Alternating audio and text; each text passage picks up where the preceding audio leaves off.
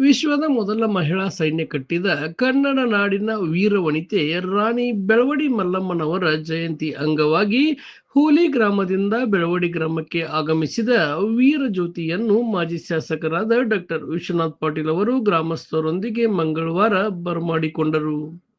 ಈ ಸಂದರ್ಭದಲ್ಲಿ ತಾಯಿ ಬೆಳವಡಿ ಮಲ್ಲಮ್ಮನವರ ಪ್ರತಿಮೆಗೆ ಮಾಲಾರ್ಪಣೆ ಮಾಡುವ ಮೂಲಕ ಕಾರ್ಯಕ್ರಮಕ್ಕೆ ಚಾಲನೆ ನೀಡಿದರು. ವೀರ ಜೊತೆಗೆ ಭವ್ಯ ಸ್ವಾಗತ ನೀಡಿದ ಗ್ರಾಮಸ್ಥರು ರಾಣಿ ಮಲ್ಲಮ್ಮನವರ ಶೌರ್ಯ, ಸಾಹಸ ಹಾಗೂ ದೇಶ ಪ್ರೇಮವನ್ನು ಸ್ಮರಿಸಿದರು.